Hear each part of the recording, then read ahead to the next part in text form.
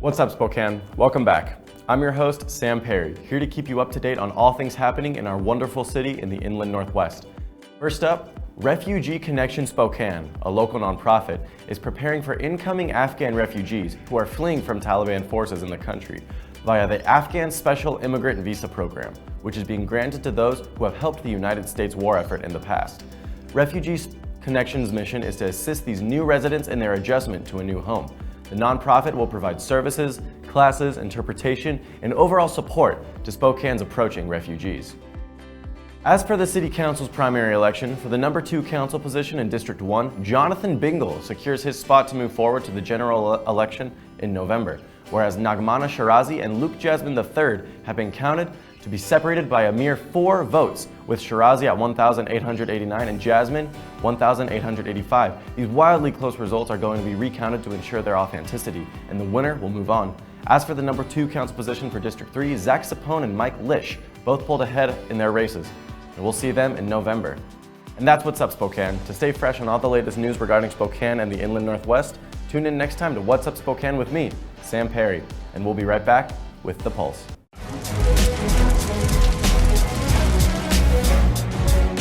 This is Bloomsday in Spokane. We got about 40 firefighters and their friends and family handing out 40,000 cups of water as the day goes by. It's a very good opportunity to see the public and support them and help them out and cheer them on during Bloomsday. It's one of the best things about Spokane is that we have these major events and the whole community comes together not just to participate but to volunteer and show that they really care about our city and making our city look great. This type of an event really is emblematic of Spokane because so many people get involved. We have 50,000 people probably running this race. Always has been a very huge event. Right now we're at the corner of Broadway and Nettleton. It's the last water station before the finish, so people are pretty much dehydrated by the time they get to us. They really need our water. The water stations are a vital part, especially on warm days like today. It's real important that we have the volunteers to help with that. Without the volunteers, Bloomsday wouldn't exist. All up and down the course, there are people that are involved in this celebration. It really is a celebration of what Spokane's all about.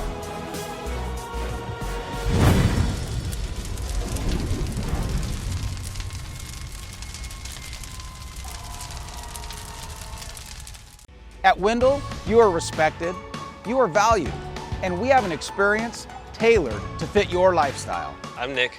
And I'm Gina. And we bought 3 cars from Wendell Motors. Throughout the day, I just kind of would get updates, texts, phone calls, and I was actually really impressed with how my wife was taken care of. People should shop at Wendell because they make you feel like family. For your tailored experience, come see us at Wendell at the Y or Wendell.com.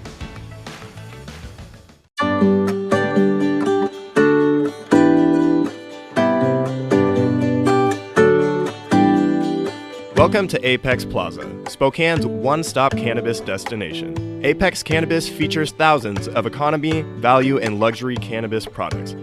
Cannagear features hemp-based CBD products, glass, goods, and gear. Stop by 1325 North Division to experience the Apex difference. This product has intoxicating effects and may be habit-forming. Marijuana can impair concentration, coordination, and judgment. Do not operate a vehicle or machinery under the influence of this drug. There may be health risk associated with the consumption of this product. For use only by adults 21 and older. Keep out of the reach of children. When building a home or considering a major remodel, who are you going to choose? The Spokane Home Builders Association is an organization that works to elevate professionalism in the residential construction industry. We promote, protect, and educate for our community, building our community one home at a time. We are the Spokane Home Builders Association. Who doesn't love taking a walk in Spokane's modern and fun downtown area? Next up, Kent sits down with Mark Richard of the Downtown Spokane Partnership. Welcome to the Pulse of Spokane. Kent Adams here, and I'm particularly pleased with my guest today, Mark Richard from the Downtown Spokane Partnership, because we're back downtown. Good things are happening down here and will continue to happen. We'll talk about that right after this.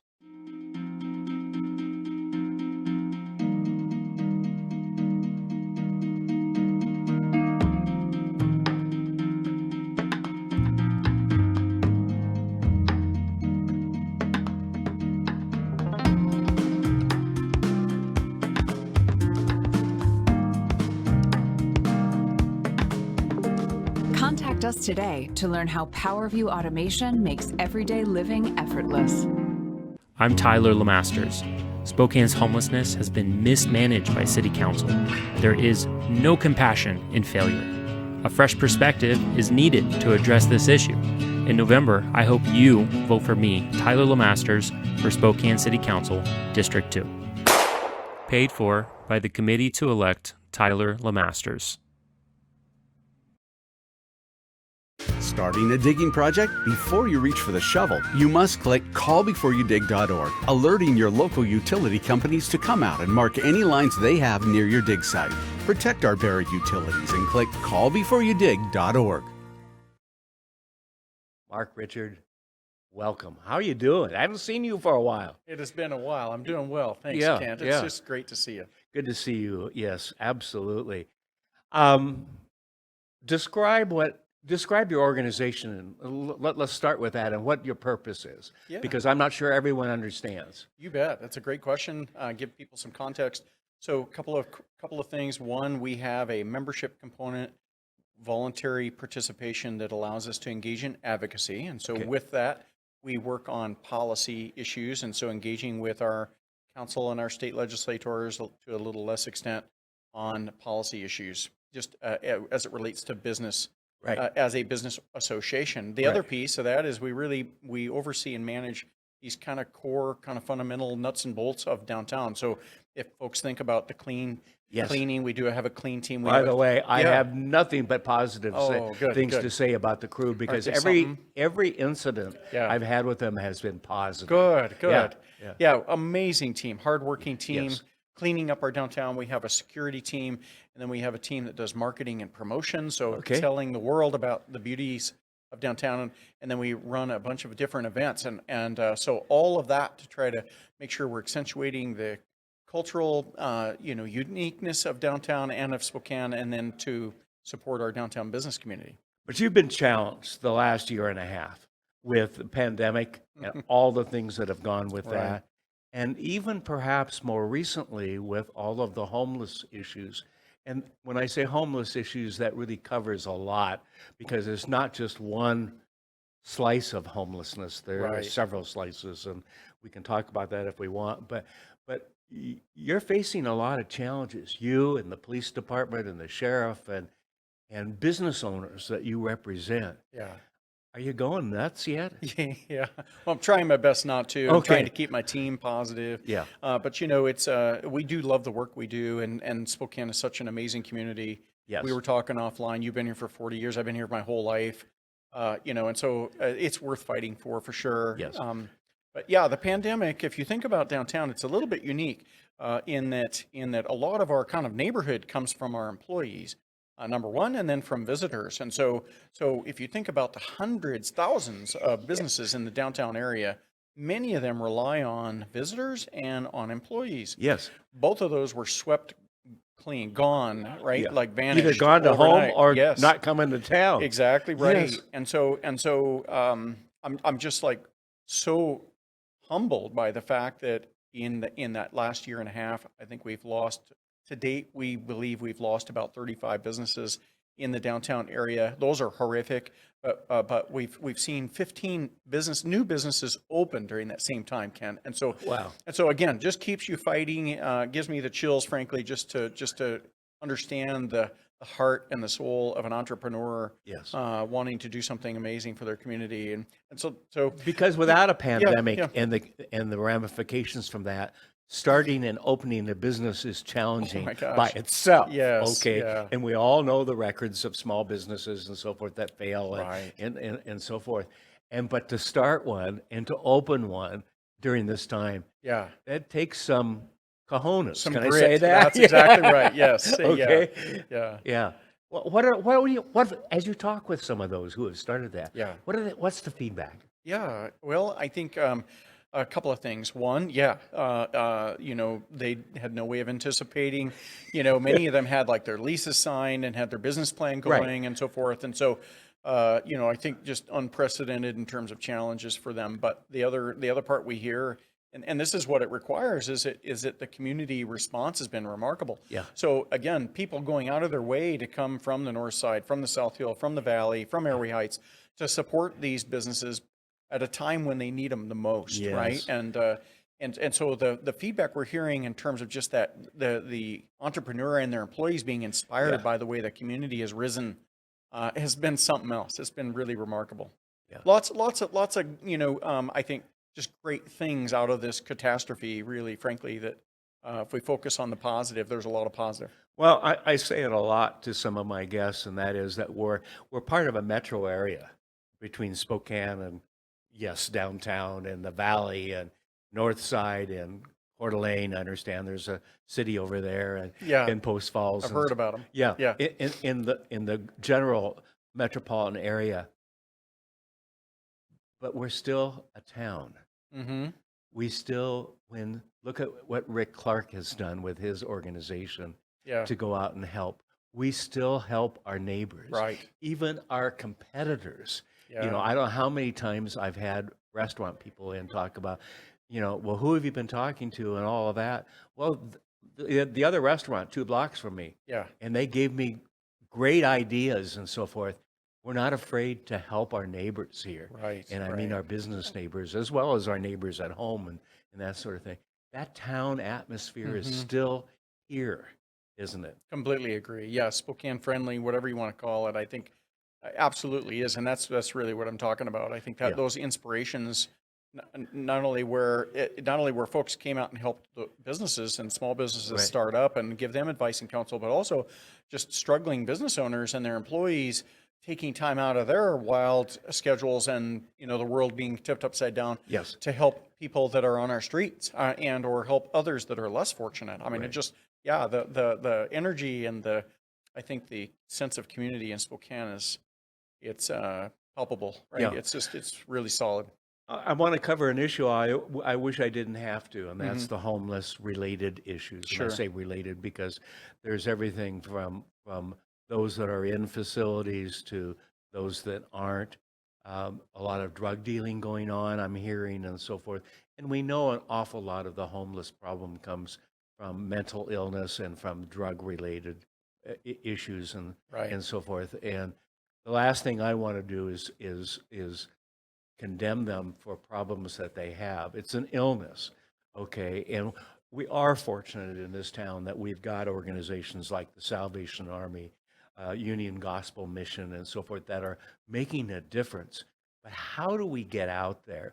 What kinds of things do we need as a business here, other business owners out there, as citizens who want to feel safe when they come downtown? Yeah. What can we all do to move forward other than replace, and I'm going to be the one to say it, replace many of the council members that have done a lousy job? They invited a lot of this in. Yeah, I mean, I can't really comment on that because I work directly with the council, but I can. Yeah, right. Fair enough. What I would say is, and the council's been there to our aid many times, but I think, we certainly have a philosophical difference of opinion, right? And probably more deeply with our state legislators, frankly. Yes. What can we do? I think the first thing is we've got to come back downtown. Okay. Employees need to come back. Yeah. Does it seem a little bit daunting because it's it's a bit quiet out there and I can But you can find a parking spot. You absolutely can, right? Again, silver lining. Yeah. Yeah. So, but as what I believe is one of the key ingredients to making downtown feel safer is just having more of us here. Yes. Good point. The other thing is that I track the crime stats, as you might imagine. Crime is not going up in downtown Spokane. I think just like in the rest of the community, for whatever reason, we're seeing homicides with a slight uptick. Right. But we're seeing a few other crimes, typically like commercial, burglary, those kinds of things. But by and large, crime is relatively stable and or gone down in some categories. And so I think a lot of this is perception. We've got to get back downtown and enjoy our downtown. That's a really good point. Yeah, so that there's more of all of us. Yeah. I think you know this, but your audience might not know. We firmly believe there's obviously homelessness in itself is complicated, but it's I think what the general public and frankly what the business community is concerned about is not about homeless people. Again, huge hearts, business owners, again, working 16 hours a day, and they're providing, services and money to organizations that help these folks. And food and What we're facing is like you said, an addiction issue. So if we think about, like I always describe this, we're really seeing out on our streets 5% of the homeless population, and they're the worst, most challenged, suffering from mental illness, and therefore, like you said, masking that with because they haven't gotten drugs services. and alcohol. Exactly, they're not getting services, and they don't want it in many cases. That's right. That's why they're out. They don't know they need it. Yeah, good point. They don't want it, and so that's really where we try to focus our energy. Unfortunately, we took some steps back, as you know, in this legislative session at the state level, with effectively decriminalizing, possession Any kinds and of use drugs. of heroin, methamphetamines, the fentanyl, whatever. But that's not just downtown. That's the entire state of Washington. Right. So I think that's where I would say, as a community, don't listen to everything that you read and hear. Yeah. Downtown is a beautiful, safe place. I just went to a concert Sunday night at the new Pavilion, amphitheater. Yes. And 5,000 people pouring in and out of that, and they had smiles on their faces, and they were enjoying downtown Spokane. We get to live again. Nobody got hurt, right? Yes. It wasn't like it was a free for all out there. There was people just with kids and enjoying this beautiful downtown. And so that's the second piece I would say is that come down and check it out for yourself. Don't believe everything you read. Sometimes we have to tell these difficult stories because we've got to make a difference. But that doesn't mean that we don't believe wholeheartedly that downtown's a beautiful place, because we do. Yeah. I don't think there's a business person in this town, whether it be downtown or anywhere, that doesn't want to help the homeless people. Right. Really. Right. We don't want to, they're suffering out there, whether it be addiction or whatever it may be. They deserve a better life. And I know sometimes people like me get accused of, well, you don't care. No, that's not the case at all. I've learned a lot in the last few years with what's going on, and to not give out money and things like that, because you're only helping to continue their addiction. That's exactly right. And so I used to look at, as I drive through, oh, that poor soul, let's get them off the street. Yeah. I now look at that poor soul. What can we do to help them? Because we've all seen and heard the stories of people who have improved. Yeah. A lot of it. We love Union Gospel Mission here. Yeah. And they're so good. And Phil and the team there really care about what they're doing, and they do a good job. And we look forward to having Phil and his team back this fall to talk about a lot of that. But, it takes caring people to make that difference. It's not something I can do. Right. I can follow instructions, but it's Phil and his team. It's the folks at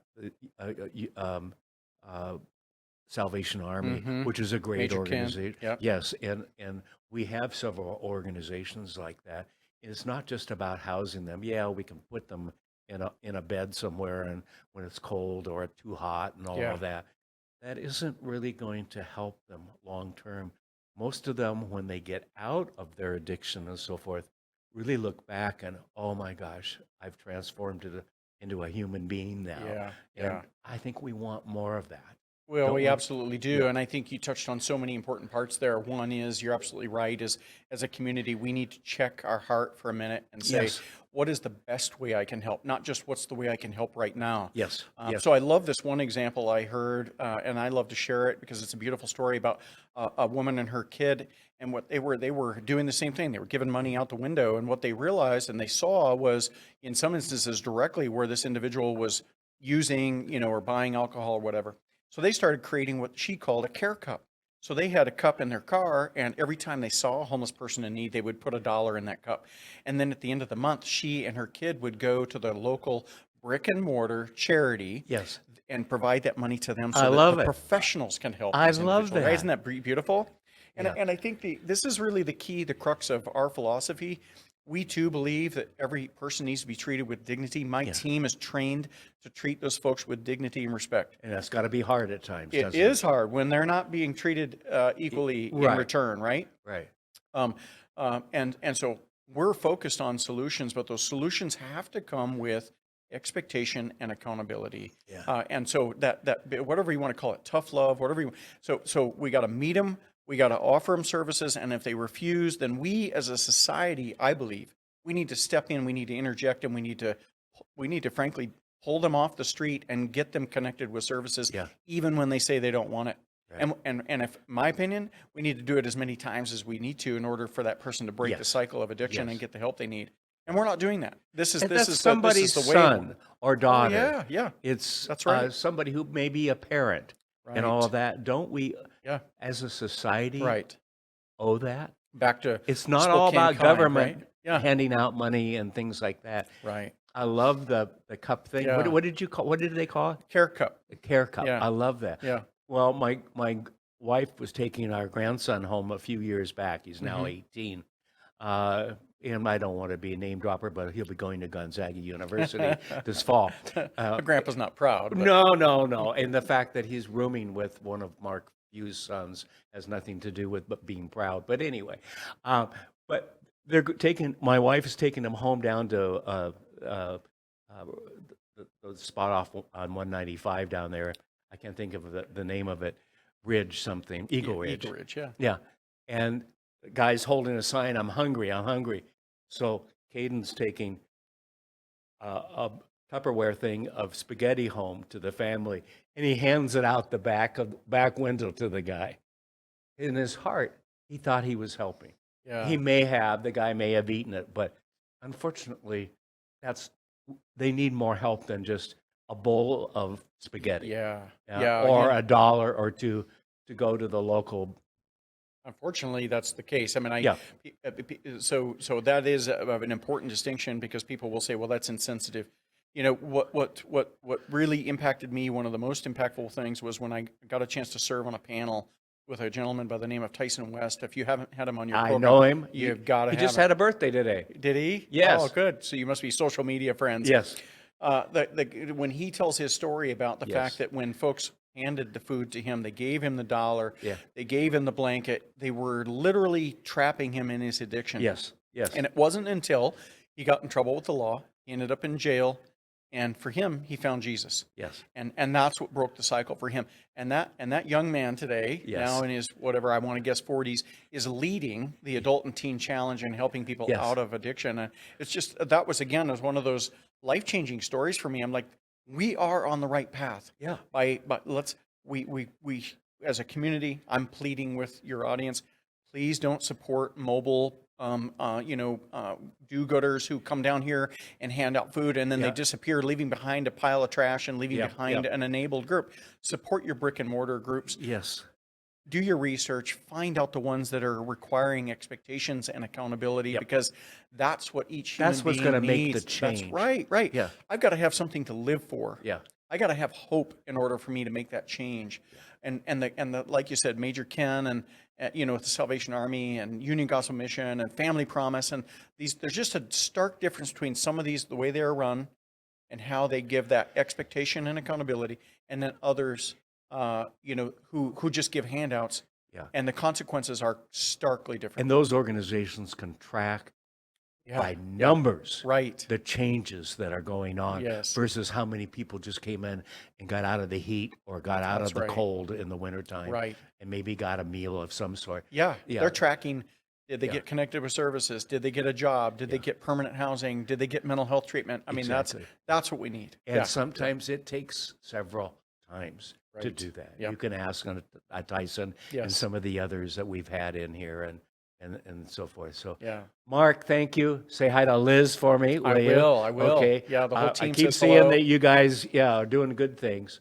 I love your idea, and I'm taking my takeaway today is to get more people to come downtown because the more of us that are down here, the better off we're all going to feel. That's exactly. And there are some terrific businesses that have just struggled like crazy, and let's honor them and their employees who show up. Yeah, Because Ken, the and if I might, I mean, those owners and those employees, they're our neighbor, they're our kids, Yes. right? Let's come down and support Yes. our community family. I don't know about you, but it used to do about a 15% tip.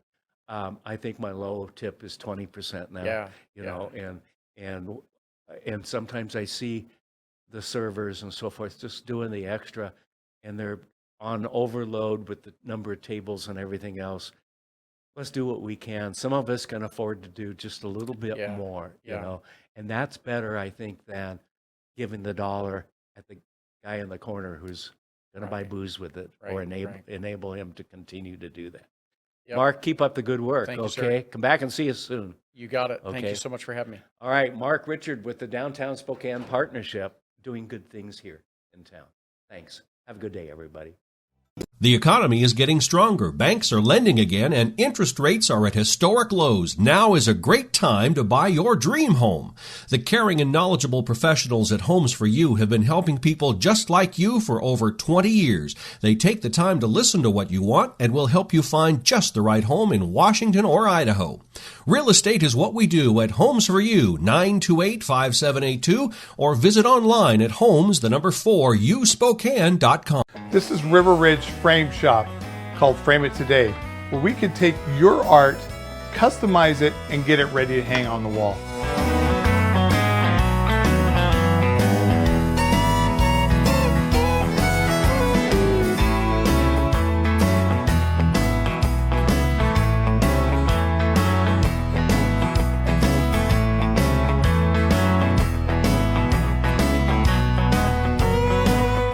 Here at River Ridge Hardware, 2803 West Garland.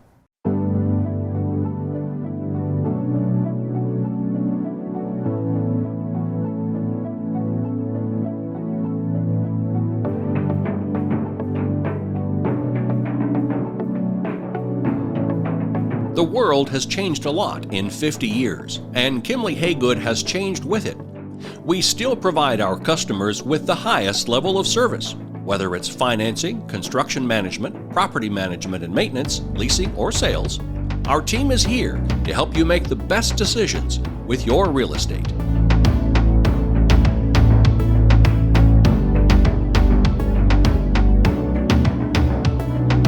Weather in the inland Northwest can wear you down. And if your gutters are in poor condition or you do not have gutters, you could suffer damage that could cost a fortune to fix. Rainman Seamless Rain Gutters has almost 30 years of professional experience in serving the inland Northwest region and strives to ensure customer service that is second to none, from the time you call to the end of the project. With House to Home, the Haase grandfather-grandson duo will talk about all things home improvement. Clyde and Tyler, over to you. Welcome to House to Home. I'm Clyde Haase, and it's House to Home outdoors. And as you can see, we are outdoors. You know, this time of the year and in the summertime, I have really great concerns of what our activities are. And I talked to a lot of our sponsors that we have for House to Home outdoors, and one of them is Haase Landscape, and they said, we have a project that we think people would enjoy seeing. So I said, okay, give me the address, we'll bring the crew here, and we're gonna see what's in the backyard. I also have a great guest that I want to introduce to you. So with that being said, follow me along, let's go to the backyard and take a look and see what's happening. You are surprised, I am surprised to see what is going on here. And even here's the owner of the home. Ryan, thank you for letting us come and invade your backyard. Thank you. I really appreciate it. Tyler, hey. You did show up. I'm glad to hear that. Hey, finally, yes. Show us what you're doing back here. I mean, this is great. And our viewing audience is saying, hey, I've never seen this before, but tell me, and let's take a look at this. I am just excited.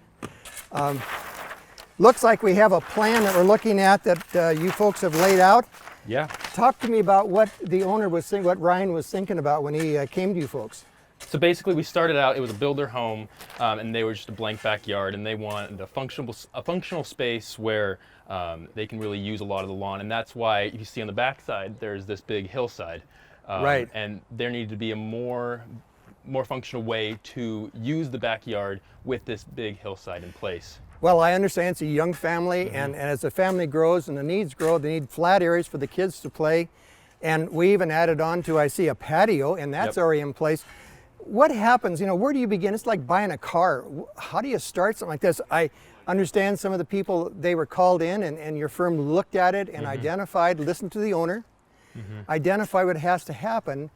I know the CC&Rs and other regulations of our government will tell us what we can do and not do.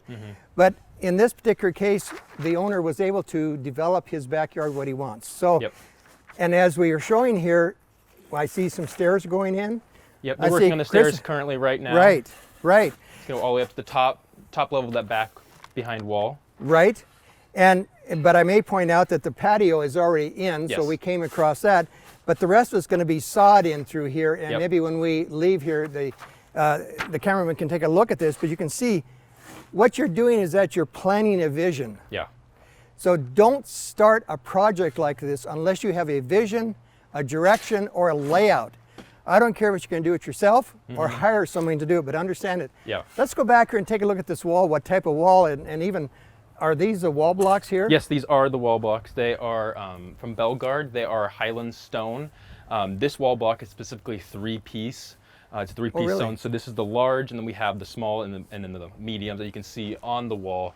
It's a three-piece, and it adds a lot more texture and style to the wall. It's just not the basic one-piece wall. And then we have, of course, a cap on top that we need to glue down. So what you're saying, we have a cap here. We've got different sizes. What it's doing is giving personality, because as I turn around and look at the home, the windows are looking at this at all times. Yeah. So the landscape, as it takes place into here, the wall is going to be noticed all the time. Yep. The stairs, and maybe we can come back later on and talk about it, but I see, Chris, you're really nailing those down to what has to happen. It's good when you have some property lines to follow. So again, you don't want to be leaning against a fence. You got to be aware of what the neighbor's property is and what yours is, and I see you're doing that, Chris, and that's number one. You know, the other thing is, along with being number one, Tyler, is that safety, folks. I don't care if you're having the work done or doing the work yourself, you have to be safe about it. Yeah. Understand where all utilities are at, right? In this case, they all came from the front, I assume. Yep. So the back was very open, but we had to locate 811 first, didn't we? 811. 811, don't forget that, and Kathy will remind you of that. The other thing is that, you know, grading and shaping, and right behind me here is, fill me in, a laser. Yep, laser. And that identified the grades at all times, so that water always runs away from your home, runs away, and does not interfere with any drainage problems, right? Yeah. Okay. And this laser really helps us to get the grade and make sure the wall is level and flush, and it helps to step up and see where we're at across the whole project. Okay. The other thing about it is that compaction and the preparation. Since I'm a landscape architect, Tyler, you've been around for years, you've been on the job sites, you understand this, you've been to college, you understand it all, but the issue is knowledge of what you're doing is very important. Yeah. Compaction and using the right materials. This homeowner, again, he's young, he could do it himself, he can do this and that and so forth, but overall, he wants a project that's going to protect his investment. Because when I was talking to Ryan before, he says, we're going to be here for a while, we're going to raise a family here.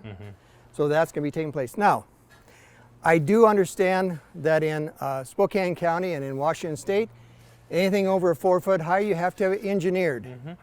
Here again, this case here, we're far enough behind each other, and we are going to be doing some lifts into here as we're showing, but we don't have to have it engineered or geogrid, right? Yep. So geogrid is a mesh material that goes behind the wall that we would actually stack in these, in between these courses, these layers, to tie it back, and it'll be in the dirt just to make sure the wall doesn't move forward. But we did these two different steps because we want to ensure that, one, these are below 4 feet, so they don't need to be engineered or geogrid, which would significantly increase the price of the wall. So that's why we did these 2 layers of 2 walls, and we have some nice areas in between as well. Well, and that's very, very smart, because what you've done is that we can put some landscaping in between, and you can create some beauty 4 seasons of the year.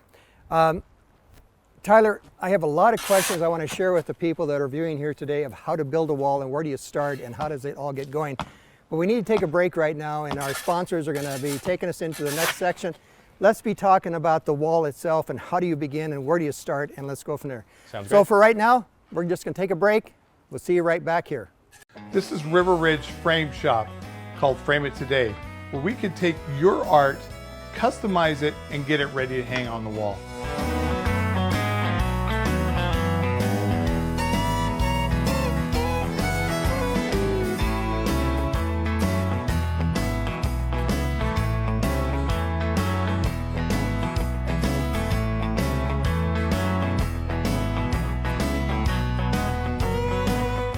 Here at River Ridge Hardware, 2803 West Garland. Weather in the inland Northwest can wear you down. And if your gutters are in poor condition or you do not have gutters, you could suffer damage that could cost a fortune to fix. Rainman Seamless Rain Gutters has almost 30 years of professional experience in serving the inland Northwest region and strives to ensure customer service that is second to none, from the time you call to the end of the project. Welcome back to House to Home Outside, and with me is Tyler Haase and the project manager for Haase Landscape, and he said, I want to show you some walls. I want to show you, the viewing audience, how things are put together. They're still busy around us all the time. Be honest with you, it's a hot day. They're staying dehydrated. Hydrated, not dehydrated. Oh, dehydrated. They are dehydrated and they're just staying hydrated. That's what it is. Okay, I used to work on these crews way back when, but now we move on. So with that being said, everybody is staying busy and staying healthy and safe. And that's number one that you have to keep in mind. Ty, you talked about the type of wall. It's a Allen wall, is that correct? No, it is a Highland wall. Highland wall. All of the products here are going to be a Belgard product, which we get from an authorized dealer here in Spokane. There's various ones across the city. They're different from, your wall at Home Depot, your Home Depot wall, and you can only build it like this high if you want to do a do-it-yourself wall, and that's really what distinguishes. Or you don't need something with some structure a little bit. Yeah, exactly. So this wall type, and again, if you want to find out more about it, you can go online and they have a fantastic, and there's great dealers, I know that, in the Spokane area. So what you did is you showed us the plan they laid, and they told everybody out what they wanted done in through here, and then you started laying it down. You established grade elevations, and that was number one. And then there's crushed gravel. When we opened the show, I was at the front there standing on a pad of gravel, and that's 5/8 or 3/4 inch crushed? Yeah, 5/8 minus. Okay. Crushed, so it has that fines in it that compacts. And you have a compactor back here, and you really try to follow the lines of 90 some percent compaction? Yep, 90% compaction, yep. Okay, so compaction is a success of anything. When I was coming to this site today, I was seeing some walls that had a little bit of a little wow in them. Guess what? They weren't prepared properly. So preparation is what your end project is going to be. This was put down, trenched out, put in a base of what, 4 to 6 inches of gravel at least? 4 to 5 inches of gravel compacted. We made sure we did lifts in that compaction so we continue to reach that 90 to 95% compaction level that we can get with our plate compactors, and that ensures that this wall will never move. And then after we build this wall, and as we build it up and keep putting these bricks on top, we make sure we put gravel behind there for drainage and make sure that dirt and other debris is not pushing against the wall. What Tyler is telling you is the thing for long-range planning so that water can move through this wall, and it will. Yeah. It's not going to force it out, it's going to allow the water to come through. So the right products is what they're talking about using behind this. Yeah. Now as we come along here and with the laser, you begin to identify where your height is going to be.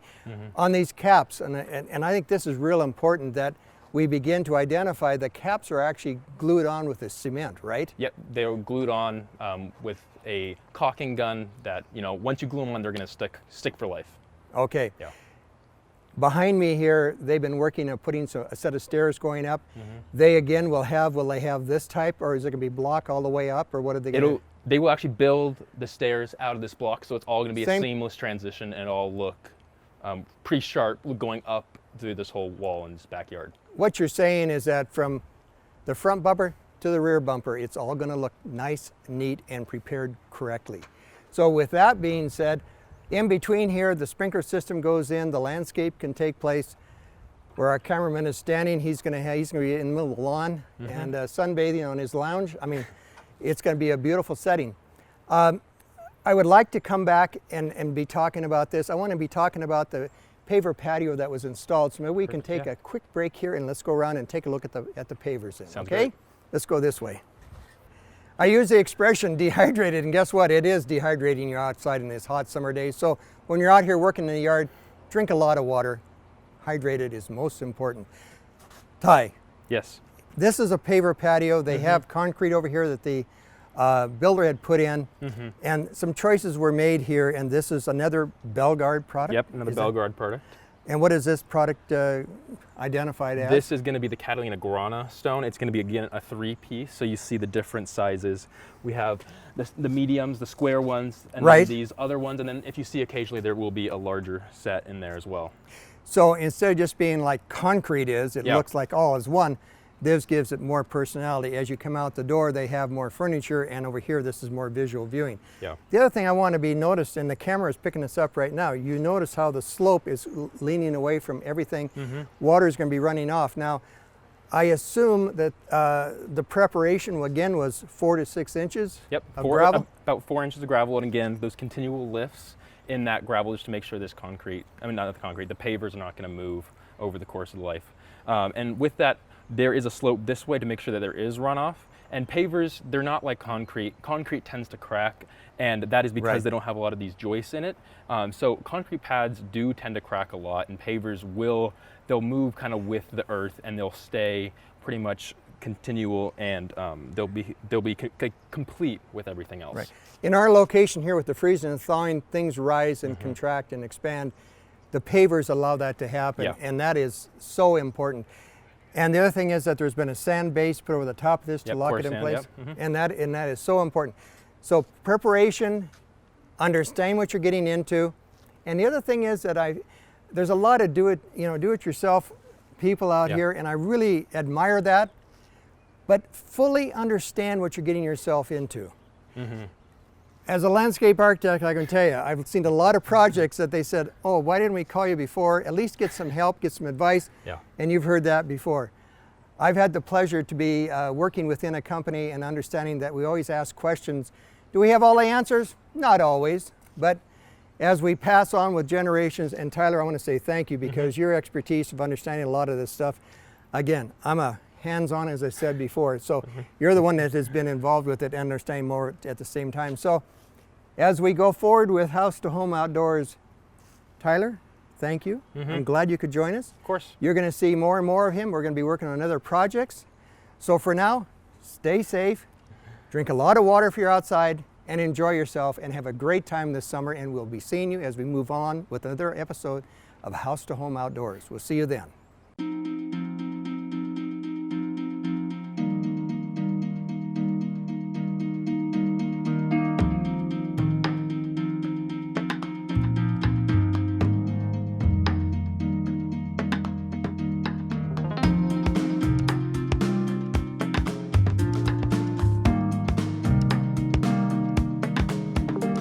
Contact us today to learn how PowerView automation makes everyday living effortless. I'm Tyler Lemasters. Spokane's homelessness has been mismanaged by City Council. There is no compassion in failure. A fresh perspective is needed to address this issue. In November, I hope you vote for me, Tyler Lemasters, for Spokane City Council, District 2. Paid for by the committee to elect Tyler Lemasters. Starting a digging project? Before you reach for the shovel, you must click callbeforeyoudig.org, alerting your local utility companies to come out and mark any lines they have near your dig site. Protect our buried utilities and click callbeforeyoudig.org. All right, now this is exciting.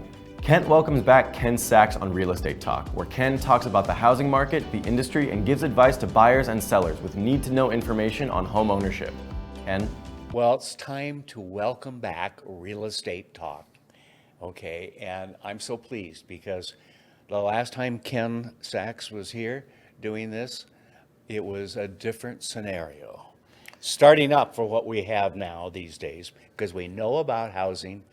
I mean, if you're not in the first 30 to put a bid on a house these days, you probably don't have a chance. If you're selling a house, you just sit back and relax. it's a changed environment out there. So Ken Sax, welcome back to hosting the real estate show. Yes, huh? absolutely. Thanks for having me. I'm excited to get this going. Well, and you take off what did you take off, like 9 months or 8 months or something If like that, you know. Yeah. And look what's happened. So it's my fault. Yeah, of course it is. Okay, yeah. Well, it would have been my fault, except you're the one with the shorter name, Ken, Right. instead of Ken. That's true. That's Yeah, true. Yeah. Yeah. What moly. is going on? What the heck is going on? I have never seen this market in my almost 30 years of being in the real estate industry. Right. We have a shortage of inventory. Yes. We are down to, we used to look at inventory as months. How many Yes. months inventory? Yes. And so anything up to about 5 months, 6 months would be considered a seller's market. 6 months would be a neutral. 7+ would be a buyer's market. Yeah. Right? In months. Right. We are in days. In even hours. And sometimes in hours. And I should back up. I've talked about what that means, inventory. And when we say, let's say 10 days inventory, Yes. what that means, Kent, is at our current pace of sales, Yes. if we don't add another unit onto the market, so whatever we have now, in 10 days, it's gone. Yes. It's gone. And 10 days. And that's serious for so many reasons. When you've got folks who want to get into a home for the first time, Yes. they're paying through the nose now, aren't they? Oh, first-time home buyers, where not too long ago were anywhere from the 150 to 250 range. We're, north of 400. Yeah. Yeah. It's just a someone different place. told me, and I've talked to others about this, but someone told me that most realtors will ask the question, well, Fred and Jane, welcome, and I'm going to try to show you some homes. What have you been approved for a loan and so forth, and what are you looking for? Oh, $350,000 homes, okay, which kind of used to be the norm. Mm-hmm. And the response from the realtor is, okay, we'll go out and look at $250,000 homes.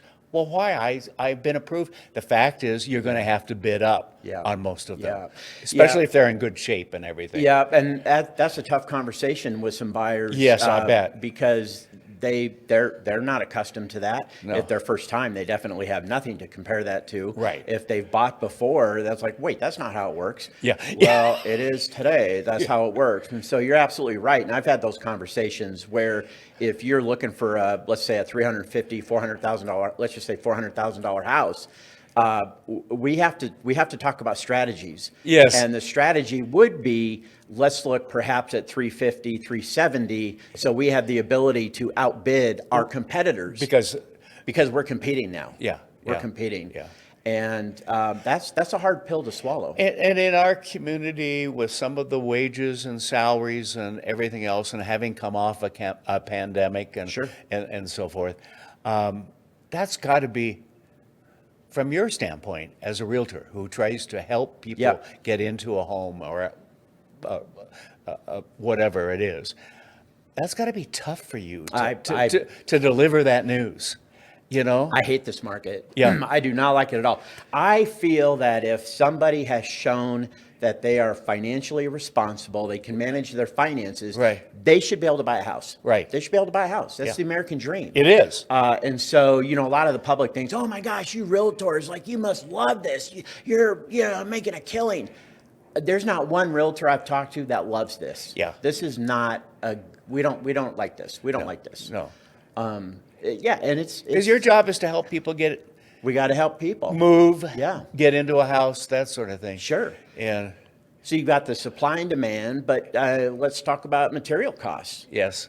So new construction. Yes. I mean, we have builders now, which I completely understand and don't blame them, even though some buyers get upset about it. They're putting language in their contracts that here's our price, but if materials do this, your price does this. Yes. They have to do that. Yes. They have to do that. Well, when I had a builder tell me one time that they had sold the contract and were building, they're spending the 6 to 9 months to get the house ready, and Kent, my wood and paneling and all of that costs have gone up $15,000. That's right. Since I quoted the price. That's their profit. That's exactly right. Not to mention the other things, because the supply of so much today, but just in the building materials like that, wood and so forth. Yeah. I've been waiting about 3 months for a roof on a house I own. Okay. To get a new roof, and they're having a hard time with the materials. Yes. And my idea was do it in the summer. Yes. When you can put a roof on, and here we are. Not have to chip away ice. Where's the summer going? And I'm still don't have my roof. Yeah. And do you think you'll even get it done before winter? I don't know. Yeah. I don't know. And that's got to be frustrating, because that story is multiplied hundreds of times out there. Because in our married life, my wife and I got a lot of homes, and we fixed them up and moved to the next level and so forth. We bought homes for what you buy a car for today, back 30, 40 years ago, right? And often with the idea that we were going to, okay, that kitchen is, just like they do on Home and Garden Network, that kitchen is toast. Okay, but you find out the $20,000 kitchen upgrade is now $40,000 if they can get what you want. That's right. And you might have to settle for the wrong color or whatever, because you still got to live and eat and everything else. Sure. It's tough. When do you think that's going to change? I'm asking, of course, Yes, a crystal ball question. Yes. So people who are smarter than me, which are most, they're talking about a year and a half, 2 years. We are starting to see, and I hesitate to say this because it's ever so slight, but we are starting to see just a minuscule of a shift. Yes, I've heard that from a couple of folks. Yes, which but not enough to say, hey, Kent, it's going to turn around. Not enough to throw in a 6 party. months or a year. No, no. So I've just been kind of repeating what the economists and those that are intelligent have been saying, and again, that's about a year and a half to 2 years. Yeah. But where does that leave you? So I'm going to rent? Yeah. And where are you going to rent? What's that market like? Yeah. It's again supply and demand. Yeah. And so you have these tenants who the lease is coming up, and I'm going to be doing a show later with Representative Graham. We're going to touch on this. Right. Where you know what, your $1,000 a month rent is now $1,600. Yeah. That is super significant. Yeah. To a tenant who is budgeting for $1,000 a month. And how do you save at that point? How Any do you real save? chance of saving has probably been eaten up in a third of the increase. Right. And we all want that, and it's tough for young people today that want to move up. And then even for old people who are in two-story homes that have thought about, when I turn 75, which I did this 2 months ago, we might start thinking about the next step in the next 5 years, right? Okay, we can get a nice price for our house, but is there a condo available with the regulations with condos and so forth? They're not building those. Right. The rental side, so what do we do? Yeah. Okay. Buy an So RV. it's not just young people. So That's right. it's affecting everybody. That's right. And I have a handful of people who've sold, take advantage of the market, and they literally are living in an RV. Oh, yes. Waiting for a shift, a market shift. Yeah. And part of the shift too, the perception out there, I am starting to see more price reductions than I've ever seen. Okay. Folks, that doesn't mean the market is shifting. That means sellers are getting overconfident and being greedy, I guess. Yeah. Thinking that, hey, I can get whatever I want, which is not the case. No. And then eventually the price comes down, and then there's a sign, reduced price, Right. price lowered, and then people which really should by, be more reasonable. I said that reduced. years ago. Would we overprice if that was the sign? And then the public's driving by and the neighbors, and oh my gosh, look at all these reduced prices. The market's crashing. No, it's not. Yeah. They were just unreasonable Yeah. when they listed the house. Right. It's not crashing. Well, and honestly, a good realtor is going to tell them that up front, but they don't always listen, do they? No. So a good realtor, competent realtor, is going to have that conversation and is going to be comfortable having that conversation. Yes. But as you just said, oh no, Zillow says. Yes. Or, Yeah. Down the street, they just sold. Okay. So computer algorithm is going to dictate the value of your home, and Right. you've never seen it. Right. Let's just spend the last couple of minutes talking about Number one, good to have this back. It's especially important these days. Yes. And I know you've got some good people coming in, like legislator Graham and so forth. What are some of the topics that we can look forward to in the next month or a month and a half? Sure. Well, I think some of the timely things right now, I'm a buyer. I need to buy a house. Yeah. How can I successfully buy a house in this competitive market Right. with these prices? So we need to talk about what it takes to be a successful buyer. I think it's also key in this market to touch on sellers. I know it seems all rosy and Yeah. all that stuff, but what should you be concerned with? Yes. So we're going to talk about that. Of course, I'll have a lender in, talk about the lending environment. Right.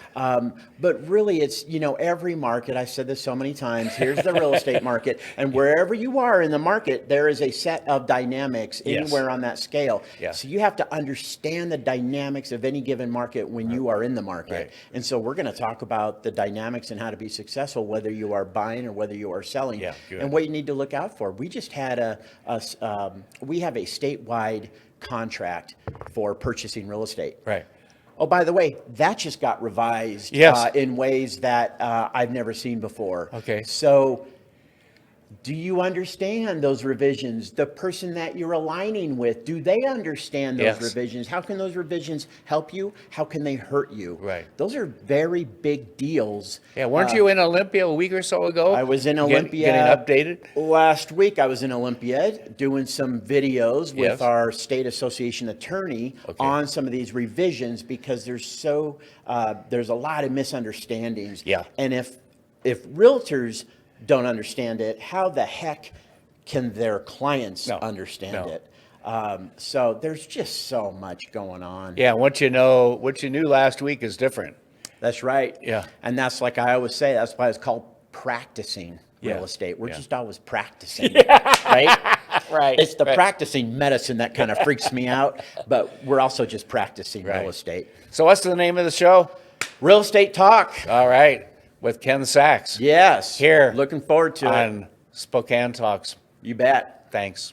Thank you. Have a good day, everybody. Why are housing prices going up so fast in the Spokane area? Hello, I'm Darren Watkins with the Spokane Association of Realtors. It's a simple case of supply and demand. Since 2010, we have seen the number of available homes on the market fall dramatically, from 2,348 in January of 2010 to only 164 per month in 2021. That's a 94% reduction in our housing supply. The result? Housing prices began to climb rapidly in 2015, with a median home price in Spokane County of $179,000. That same home today would cost you $380,000. That is, if you can even find a home to buy. For the last, I'd say at least 10 to 15 years, I think we've been underbuilding. We've seen this crisis coming, and nothing's being done to fix it. There are no homes to purchase. When there is a home that comes up that buyers like, you're up against 20 plus other buyers who are making an offer on the same house. Adding to the crisis, thousands of families are fleeing major West Coast cities such as Seattle, Portland, and Los Angeles. Among the top destinations, Spokane, Washington.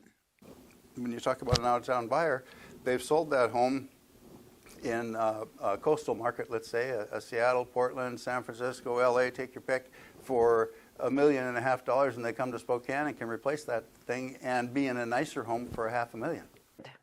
When there are 20 plus offers on a property that they feel like they don't have a chance. So now they're having to look at homes far lower than they're even qualified for because they have to compete with cash deals or something that goes so much further over the list price, and it's extremely defeating for clients. The answer is clear. We need more homes immediately, especially for entry-level workforce housing. Every day that we wait, those costs are just going to keep going up and up. Now on to locker room talk with some of our favorite guys, Justin and Andrew. Take it away, guys.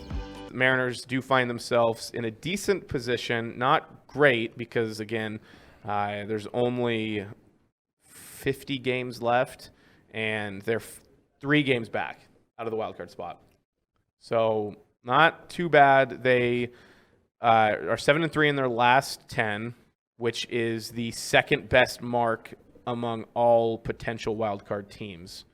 Wow, Baltimore's lost 10 in a row. They've lost 14 in a row. Wow. Oh my, that's not good. So Seattle now is also creeping up their win differential. Their run differential. They are only minus 43 now. Yeah, I saw that. If I was a Toronto fan and I'm looking up the Mariners right now, they're at plus 118. Actually, they have the best run differential among all wild card teams. That is very frustrating if you're a Toronto fan. Anyway, Seattle, again, 3 games back from the Oakland Athletics for that second and final wild card spot. They're 4 games back from the Yankees, who are a game up on Oakland. They're close. Like, this is the closest the Mariners have been since like 2012, 2013, when they went down to the final day of the year. I'm really trying to temper my expectations. You should. Why would you not? You've seen this happen time and time again. I love pain, I guess. Sure do. I don't understand. I love to have my heart broken. Would you? Go ahead. I was going to ask a stupid question.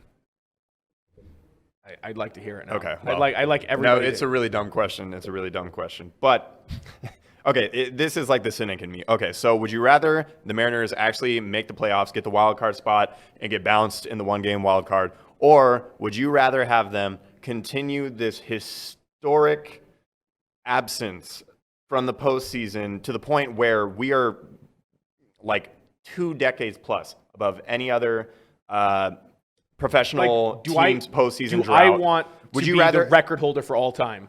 Yes. To put ourselves in a position where nobody's ever going to break it. Or just like make it just for the year. sake of making it and not actually do any damage or... How about this? Let's put a quantifier on it. Okay. Let's say they need... Just pretend for the next 300 years, nobody ever beats the Mariners' record if they don't make it this year. Right. But they make it next year. Can I make that as a quantifier? Not like, hey, we're going to extend it indefinitely. We're going to extend it 1 more year. We'll make it next year. Don't worry about it. Okay. Can I say that? No. Then no, I'd rather them make it this year. All right. If I knew for a fact, I can guarantee they'll make it this next year. Let's say they're a division winner, which is going to be really hard. Yeah, right. Hey, don't you miss when the Astros were in the No, NL? God, it's so frustrating because I specifically remember the day. I remember the absolute day that the Houston Astros were announced to the AL West, and I'm like, yes, there's a team that will be worse than the Mariners. They've went like 4 or 5 straight years with over 100 losses. This team sucks. I am so excited to beat up on them every single year. And then now they're one of the best teams in baseball. They've won a World Series. They have all the best players. They cheat. They claw, and I hate them. I hate the Astros. I hate that MLB had to reshuffle and put the Houston Astros in the AL West because the Mariners just can't have anything nice. So let's put the worst team in baseball and make them become the best team in baseball. It's a conspiracy against the Mariners, and I know it. Ask Manfred. That's my take. Okay, pretty good. Conspiracy against the Mariners. I mean, the Astros made you go up like 10 octaves, so that's saying something. They're good, and they still had to cheat. Yeah, that's stupid. So Mariners are playing right now against the Rangers. I don't think there's been a score yet. Chris Flexen is on the mound. Final game against the Rangers is today. Then they go on a 3-game road trip to Houston. 2 games at the Athletics. Then they come home on the 26th for a series against the Royals, against the Astros. 4-game series against the Royals. That'll be a big series that they should do very well in. Before they have a very difficult September. Oh. Houston for another 3, Red Sox for 3, A's for 4, A's for 3, Angels for 3. Ooh, that's a lot of good teams. Okay, I'm a little more cynical now, unfortunately. That's sad. That hurts my feelings. Not looking forward to my birthday month. Now, thanks. Yeah. Much appreciated. No problem. Have you been following the Sounders at all? I saw they beat the piss out of Portland. Oh, it was awesome. Nice 6-2. And so, no. Absolutely awesome. Really. So, they beat Tigres, a Mexican team, in the League Cup a week ago yesterday. And then, they destroyed Portland on Sunday. And then they just won yesterday, 1-0 against FC Dallas. Have you seen any highlights of any of these games? No. Okay, watch this goal. This is one of the best goals you'll ever see by Jimmy Madronda against Portland late in the second half. And he delivers in, all the way out. Madronda! Oh my word! On the side of the crossbar and in. Jimmy Madronda, with one of the candidates for goal of the season. 5 goals now for the Sounders. Wow, what a night at Providence Park. Absolutely. It doesn't get any more wicked than that. Like that is the goal that you dream of having if you're a soccer player. Like that is the best of the best. Arguably goal of the year already. Just close the competition down. That's going to win it. I said this to my buddy Josh Geiger, and I was on the phone with him. Oh, good. One of my friends calling me. Must not be watching the show. Thanks, dude. I was on the phone with him. I sent him this highlight clip. I said, watch this. And he watched it. He said, what's so impressive? I don't get it. And it's like, I know you're not that smart, but come on, man. Like, you don't understand the sort of technique that takes to not just sky it or to completely whip. Right. I was going to say the fact that he was able to keep it like laces over. Right. Yeah. Well, yeah. I mean, it was a full volley. It's not even he had a touch and he made it a half volley. Like, Right. That was a full on volley. He's calling me again. His last name is Judd. Yeah. There's a lot of you like that D's picture of him? in that. His hair's going pretty fast. He has neck spasms. I'd like to know why he's calling me. He can wait 10 minutes here while we finish up. Is Library Out Loud coming in? Nah. Oh, okay, good. So we can go a couple minutes over. So Sounders now have won 3 in a row, or three just this week. They topped the Western Conference. Really good spot to continue to play well. Guys are getting healthy. Nicholas Adero's back. Jordan Morris has been practicing. There are some little tiny bit of potential that he could, in fact, make it back by playoffs. I'd like to just see him sit out the rest of the year and get healthy. But they're fun. I love watching the Sounders games. And that's a wrap on this week's episode of The Pulse. Make sure to tune in next week, same time, for more news and conversation with Spokane Talks. I'm Sam Peri. Stay frosty.